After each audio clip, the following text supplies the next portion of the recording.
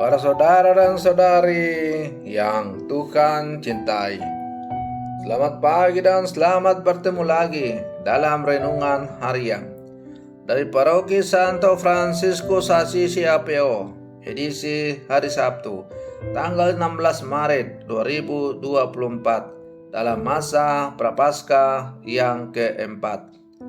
Mengawali hari yang baru ini, kita hendak mendengar dan merenungkan sabda Tuhan. Marilah sebelum kita mendengar dan merenungkan sabda Tuhan, kita berdoa. Dalam nama Bapa dan Putra dan Roh Kudus. Amin. Allah Bapa, sumber pengharapan, barang siapa berharap padamu takkan dipermalukan. Kami mohon semoga kami dapat mengerti bahwa dalam penderitaan dan penghinaan, Engkau tetaplah Allah kami yang murah hati dan setia akan janji-Mu. Bersabdalah ya Tuhan, kami siap mendengarkan. Terpujilah Engkau Bapa, Putra dan Roh Kudus, ini dan sepanjang segala masa. Amin. Para saudara dan saudari yang Tuhan cintai, sabda Tuhan yang hendak kita dengar dan kita renungkan untuk mengawali hari yang baru ini diambil dari Injil Yohanes pasal 7 ayat 40 sampai 53. Tuhan bersamamu. Inilah Injil suci menurut Yohanes. Sekali peristiwa Yesus mengajar di Yerusalem. Beberapa orang di antara orang banyak yang mendengarkan perkataannya berkata, "Dia ini benar-benar nabi yang akan datang." Yang lain berkata, "Ia ini Mesias." Namun yang lain lagi berkata, "Apakah mungkin Mesias datang dari Galilea? Bukankah kitab suci mengatakan bahwa Mesias berasal dari keturunan Daud dan dari kampung Bethlehem, tempat Daud dahulu tinggal?" Lalu timbullah pertentangan di antara orang banyak karena dia.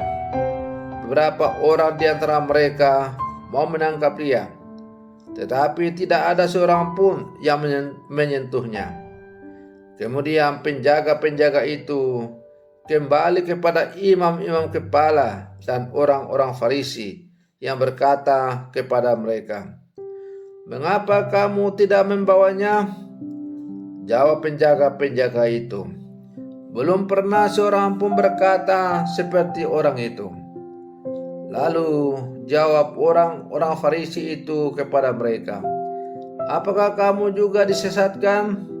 Apakah seorang di antara pemimpin-pemimpin yang percaya kepadanya, atau seorang di antara orang-orang Farisi?" Tetapi orang banyak ini yang tidak mengenal hukum Taurat, terkutuklah mereka.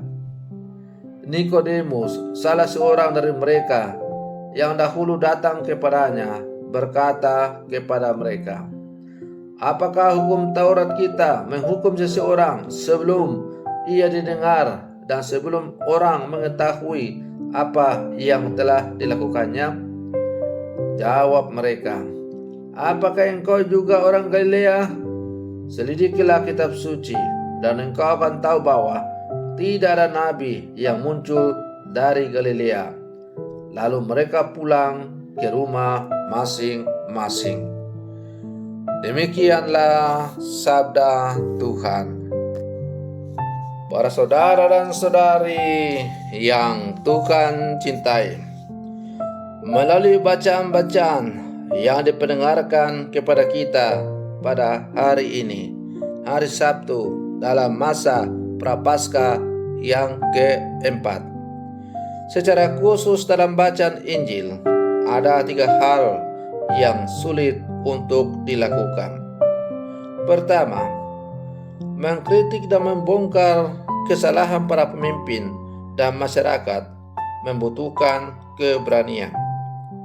Itulah yang dilakukan Nabi Yeremia dan Yesus Kristus terhadap pemimpin dan orang Israel.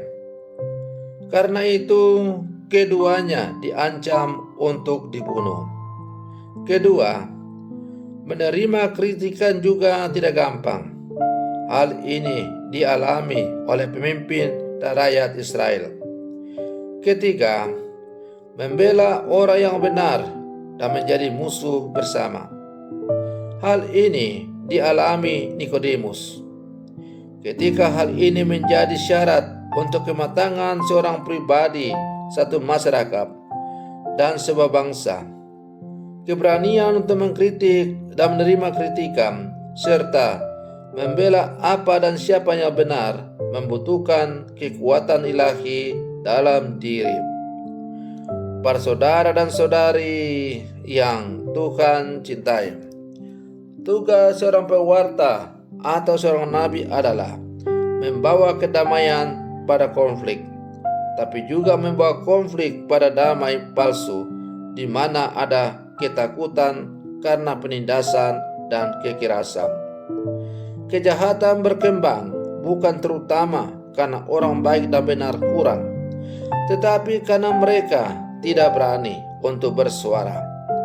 Berkompromi dengan kejahatan, bahkan dengan sikap diam saja, adalah juga ikut melakukan kejahatan.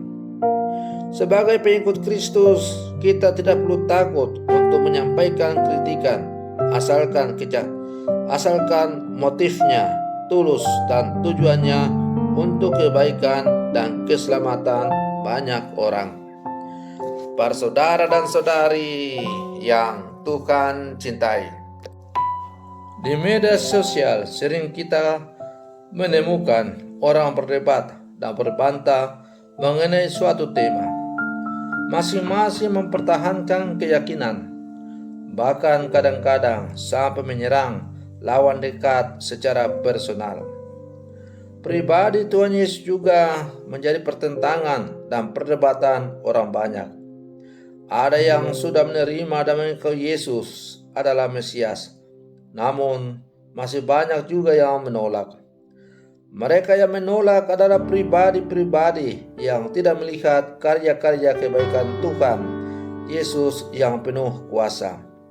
Mata hati mereka tetap tertutup. Mereka tetap tidak mau menerima kebenaran akan Tuhan Yesus. Mereka selalu mencari dalil-dalil untuk menolak Yesus. Dewasa ini, di media sosial, kita sering menemukan perdebatan mengenai iman akan Tuhan Yesus.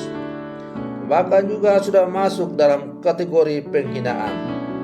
Dalam menghadapi kenyataan seperti itu, umumnya umat Katolik tidak emosional dan reaktif.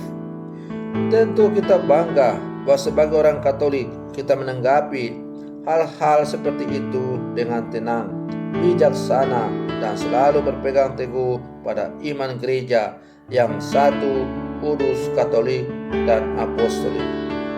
Iman kita tidak akan goyah walaupun banyak orang menyerang keyakinan kita dengan menggunakan dalil-dalil yang sesat dan menyesatkan.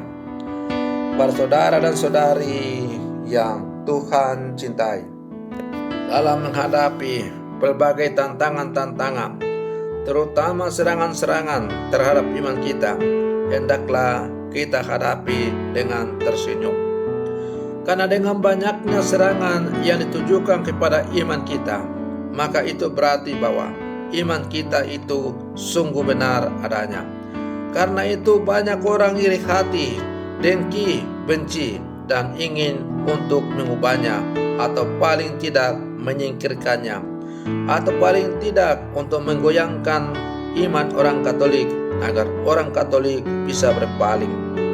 Tetapi hendaklah kita sadar sungguh-sungguh bahwa iman kekatolikan tidak akan pernah bisa luntur hancur oleh berbagai macam-macam serangan dari manusia. Kenapa? Karena gereja Katolik, iman kekatolikan didirikan atas dasar iman yang kokoh, yaitu iman para rasul. Para saudara dan saudari yang Tuhan cintai, karena itu masa Prapaskah adalah merupakan kesempatan yang bagus sebagai orang Katolik untuk untuk kita semakin mendalami, menghayati, memperkokoh iman kita, agar kita mampu menghadapi berbagai macam-macam tantangan seperti yang tergambar dalam bacaan Injil yang baru saja kita dengar. Mari kita berlangkah maju bersama, terus mengasah iman kita. Semoga iman kita semakin bertumbuh dan berkembang, dan pada akhirnya kita semakin mengenal siapakah Tuhan itu. Selamat pagi, Tuhan Yesus memberkati.